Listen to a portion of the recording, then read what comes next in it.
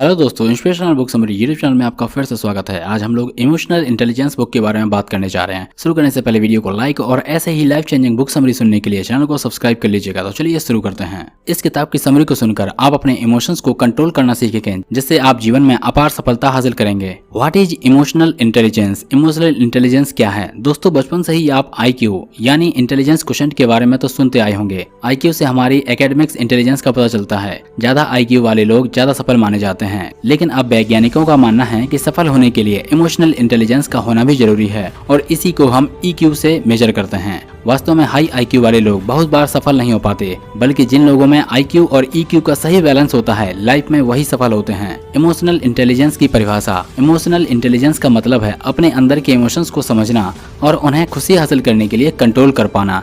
आइए कुछ एग्जाम्पल से समझते हैं कि EQ कितना इम्पोर्टेंट है। एग्जाम्पल 1, क्या आपने कभी अनुभव किया है कि किसी को डांट पड़ रही हो और वह रोने लग गया हो? ऐसा इसलिए होता है कि डांट पड़ने से उस व्यक्ति में डर का इमोशन आ जाता है, वह उसे ठीक से समझ नहीं पाता और रोने लगता है। तो यहाँ पर अगर उस व्यक्ति में EQ ज्यादा हो तो वह अपने डर के इमोशंस पर काबू पा सकता है। जिस चीज के लिए डांट पड़ रही है वो उसके लिए अपोलोजाइज कर सकता है और अपनी भूल को सुधार सकता है और खुद में कॉन्फिडेंस का इमोशन ला सकता है। एग्जाम्पल दूसरा, कुछ स्टूडेंट्स टॉप क्यों करते हैं और दूसरे फेल क्यों हो जाते हैं? क्योंकि टॉपर्स स्टूडेंट के अंदर पॉजिटिव मोटिवेशन के इमोशंस रहते हैं, वे दूर की सोचते हैं, जबकि कुछ स्टूडेंट्स पर मौज मस्ती के इमोशंस हावी रहते हैं। अगर वे भी इन इमोशंस को समझ सकें और उन्हें कंट्रोल कर लें तो वो भी सफल हो सकते हैं। तो यहाँ पर बताए गए 2 एग्जाम्पल से आप समझ ही गए होंगे कि EQ डेवलप करना कितना इंपॉर्टेंट है। यह लाइफ के हर क्षेत्र में काम आता है। Role of emotional intelligence in different fields. Emotional intelligence का जिंदगी के हर क्षेत्र में अपना रोल है। आगे कुछ एरियाज के बारे में बताया गया है। पहला, रिलेशनशिप। इमोशनल इंटेलिजेंस का लाइफ के हर क्षेत्र में रोल है। आइए कुछ एग्जांपल्स देखते हैं। सबसे पहले, आपके पार्टनर के साथ जो रोमांटिक रिलेशन है उसमें इमोशंस की काफी वैल्यू होती है। हर बार आप अपने पार्टनर्स को फील करवाएं कि आप उनसे प्यार करते हैं, उनकी केयर करते हैं, उनकी हमेशा रक्षा करेंगे और हमेशा कठिन परिस्थिति में भी उनका साथ देंगे। इससे आपका रिलेशन बहुत ज्यादा स्ट्रांग रहेगा और आपका पार्टनर आप पर पूरी तरह से ट्रस्ट करेगा और वह भी इन इमोशंस को आपके प्रति रेसिप्रोकेट करेगा। Point number 2, office. अगर आप ऑफिस में काम करते हैं और आपके नीचे कुछ लोग काम करते हैं तो आप उनके प्रति सिंपैथी वाला रवैया रखिए। उनके काम को हमेशा अप्रिशिएट करें, उन्हें और अच्छा करने के लिए मोटिवेट करें, उनकी गलतियों पर बेवजह ना डांटें, बल्कि उन्हें ठीक करने के लिए प्रेरित करें। उन्हें बताएं कि उनका बहुत ज़्यादा कंट्रीब्यूशन है, हमेशा उनका मान सम्मान करें। यह सब करने से आपके उन एम्प्लॉय के अंदर आपके लिए बहुत ही ज़्यादा रिस्पेक्ट के इमोशंस जागृत होंगे। वे हमेशा आपके लिए वफादार रहेंगे और हमेशा आपकी कंपनी के लिए दिल लगाकर काम करेंगे और इस तरह से आपकी कंपनी बहुत ज़्यादा सफल होगी। Point number 3, parents. आजकल बहुत से लोग अपने पेरेंट्स को इग्नोर करने लगे हैं। इससे पेरेंट्स को अंदर ही अंदर बहुत दुख होता है, क्योंकि उन्होंने अपने बच्चों के लिए बहुत त्याग किया होता है। खुद आधे पेट रहकर भी वह सुनिश्चित करते हैं कि उनका बच्चा अच्छे से खाए, अच्छे से पहने, अच्छे स्कूल में पढ़े, लेकिन बड़े होकर यही बच्चे उन्हें इग्नोर करने लगते हैं। इसलिए हमेशा अपने पेरेंट्स का हालचाल पूछते रहें, उनकी सेवा करते रहें, यह देखें कि उन्होंने अच्छे से खाया है या नहीं। इससे आपके पेरेंट्स के दिल में भी आपके लिए बहुत ही प्यार के इमोशंस रहेंगे। वे हमेशा आपको दिल से आशीर्वाद देंगे। इसके साथ ही आपके बच्चे भी आपका ही अनुकरण करेंगे। Point number 4, society. आज की सोसाइटी बहुत ज़्यादा कम्पिटिटिव में हो गई है। जिसे देखो भाग ही रहा है, सबको कहीं ना कहीं जल्दी पहुंचना है, कोई ना कोई एम्बिशन पूरा करना है। लेकिन इन सब के चक्कर में लोग यह भूल गए हैं कि उनका असली इमोशंस जो खुशी चाहने का है वह इस भागदौड़ में कहीं खो गया है और लोग खुश होने के बजाय दुखी हो गए हैं। ऐसे में आप समाज के प्रति बहुत ही सिंपैथी का रवैया अपनाएं। आज सबके दिलों में कोई ना कोई जख्म है, हर कोई किसी न किसी दुख को झेल रहा है। ऐसे में आप उनके दुखों को और ना बढ़ाएं। अगर किसी को अप्रिशिएट नहीं कर सकते हैं तो फिर क्रिटिसाइज भी ना करें। अच्छा तो यह रहेगा कि सबकी रिस्पेक्ट करें, सब दोस्तों का हालचाल पूछते रहें, किसी को हेल्प चाहिए तो उनकी हेल्प जरूर करें। इस वीडियो को आप शेयर करें ताकि उन्हें भी EQ के बारे में पता लग सके। इन सब से आप समाज में पॉजिटिव बदलाव ले आएंगे और दोस्तों के साथ आपकी फ्रेंडशिप और गहरी हो जाएगी। Point number 5, children. अगर आपके बच्चे हैं तो उन्हें भरपूर प्यार करें, उन्हें हर दिन हक करें, बचपन से ही उन्हें दूसरों की रिस्पेक्ट कराना सिखाएं। लेकिन इसके लिए आप पहले उनकी रिस्पेक्ट करें। इससे उनकी सेल्फ स्टीम बहुत बढ़ जाती है और आगे चलकर वे कभी हीन भावना से ग्रस्त नहीं होते हैं। जिन बच्चों के माँ बाप उन्हें डांटते रहते हैं वे आगे चलकर बहुत ही दब्बू बन जाते हैं। वे स्कूल में भी अच्छा परफॉर्म नहीं करते हैं, टीचर से बात करते हुए भी हिचकिचाते हैं। इसलिए बच्चों को बेवजह ना डांटें। लेकिन जो पेरेंट्स बच्चों की गलती पर भी चुप रहते हैं उनके बच्चे आगे चलकर बहुत बदतमीज किस्म के बन जाते हैं। इसलिए बच्चों को डांटना तो उचित नहीं है, लेकिन उन्हें टोकना जरूरी है। उन्हें लॉजिकली समझाएं, पहले उनसे पूछें कि इस बर्ताव से क्या नुकसान होगा, फिर उन्हें उचित गाइडेंस दें। इस तरह आप अपने बच्चों को अच्छा नागरिक बना पाएंगे। How to enhance your EQ। EQ को कैसे बढ़ाएं? किताब के इस भाग में लेखक ने EQ बढ़ाने के तरीके बताए हैं। इन्हें सीखकर आप भी अपना EQ बढ़ा सकते हैं। पहला, सेल्फ अवेयरनेस। दोस्तों, अगर आपको अपनी EQ बढ़ानी है तो सबसे पहले आपको अपनी सेल्फ अवेयरनेस बढ़ानी होगी। सेल्फ अवेयरनेस का मतलब है आत्मज्ञान, यानी खुद को जानना। बहुत बार हमें यही पता नहीं होता है कि हम जिंदगी में आखिर चाहते क्या हैं। बहुत सारे लोग खुशियों के पीछे भागते हैं, लेकिन उन्हें यह पता नहीं होता कि उन्हें खुशियां मिलेंगी कैसे। बहुत से लोग सिर्फ भेड़ चाल में चलने लग पड़ते हैं। उन्हें लगता है कि सरकारी नौकरी मिल जाने से उन्हें खुशी मिल जाएगी, लेकिन यह सच नहीं है। जितने भी सरकारी कर्मचारी है वे खुद अपनी 9 से 5 वाली जॉब में फंसा हुआ महसूस करते हैं। इसी तरह कुछ लोग सोचते हैं कि बड़ी गाड़ी और बंगला मिल जाए तो वे बहुत खुश हो जाएंगे, लेकिन बहुत से अमीर लोग तरह तरह के कष्टों में उलझे हुए हैं। कुछ लोग डिप्रेशन से पीड़ित होकर सुसाइड कर लेते हैं, बहुत से ड्रग्स आदि लेने लगते हैं। तो इस तरह सबसे पहले हमें जानना होगा कि हम आखिर जिंदगी में क्या चाहते हैं। इसके लिए आपको अपने अंदर सेल्फ अवेयरनेस बढ़ानी होगी। लेकिन सेल्फ अवेयरनेस के रास्ते में सबसे बड़ी रुकावट होती है हमारे अंदर इमोशंस का कंफ्यूजन।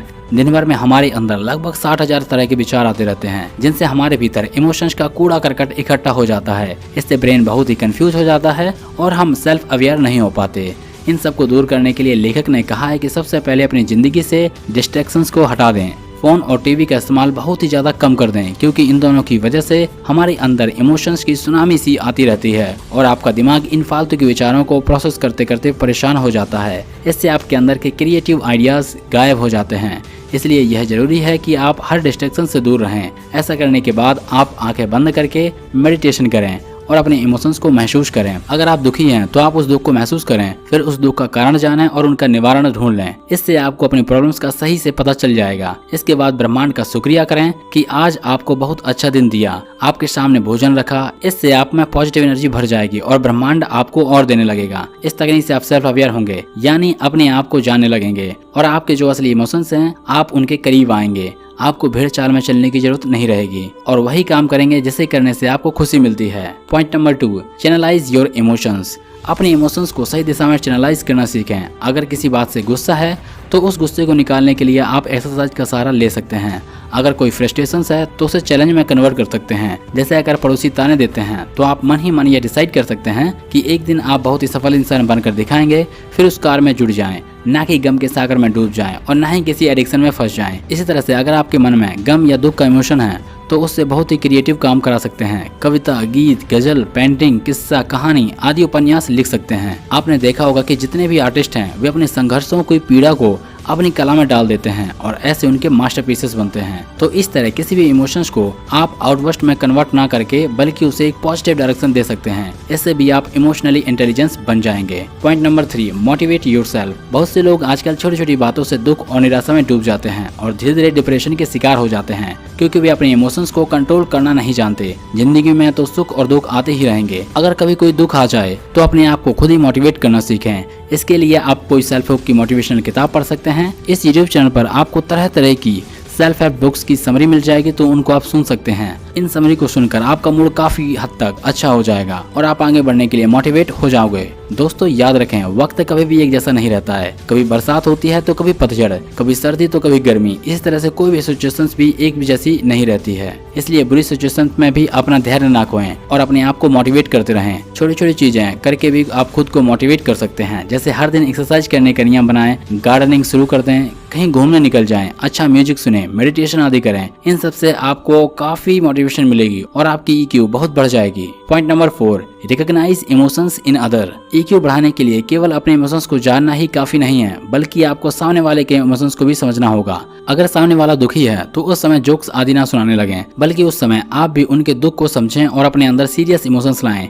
इतने से ही सामने वाले के मन में आपके लिए सम्मान जाग जाएगा। फिर आप सिंपैथी की इमोशंस का इस्तेमाल करें और सामने वाले को उचित मोटिवेशन दें, लेकिन इसके लिए उसको क्रिटिसाइज ना करें, क्योंकि वह पहले ही दुखी है। आपकी बातों से और भी दुखी हो सकता है। अगर आपके अंडर लोग काम करते हैं तो उनके काम में बेवजह की फॉल्ट ना निकालें। अगर कोई कमी रह गई है तो उसे बहुत ही पॉजिटिव तरीके से बताएं और उन्हें उसे ठीक करने के लिए मोटिवेट करें। इससे उनके अंदर आपके लिए रिस्पेक्ट का इमोशंस आएगा। अगर आप दूसरों को डराते हैं तो वह सामने तो इज्जत करेगा, लेकिन पीठ पीछे गाली ही देगा। तो इस तरह से हर सिचुएशंस में आप सामने वाले के इमोशंस को भी ध्यान में रखें और उचित व्यवहार करें। Point number 5, add values to emotions. अपने इमोशंस को मोरल वैल्यूज से भी लिंक करें। जैसे अगर किसी ने कोई बहुत ईमानदारी का काम किया है तो आप उसे अप्रिशिएट करें और सबके सामने प्रशंसा करें। इससे सामने वाले के मन में आपके प्रति बहुत ही रिस्पेक्ट के इमोशंस पैदा होंगे और साथ ही वह आगे भी ईमानदारी से काम करने के लिए प्रेरित रहेगा।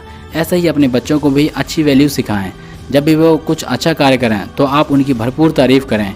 इससे उन्हें लगेगा कि जब कोई अच्छा काम किया जाता है तो इससे काफ़ी खुशी मिलती है, क्योंकि लोग अच्छे कार्य की तारीफ करते हैं। इससे बच्चे हमेशा खुशी को अच्छे काम से जोड़कर देखेंगे और कभी गलत काम नहीं करेंगे। तो दोस्तों, ये थी इमोशनल इंटेलिजेंस बुक की समरी। आप इस समरी से क्या सीखे मुझे कमेंट बॉक्स में बता सकते हो। इस वीडियो को अपने दोस्तों, अपने फैमिली मेंबर्स के साथ जरूर शेयर कीजिएगा। वीडियो अच्छा लगा तो वीडियो को लाइक और चैनल को सब्सक्राइब कर लीजिएगा। Thank you.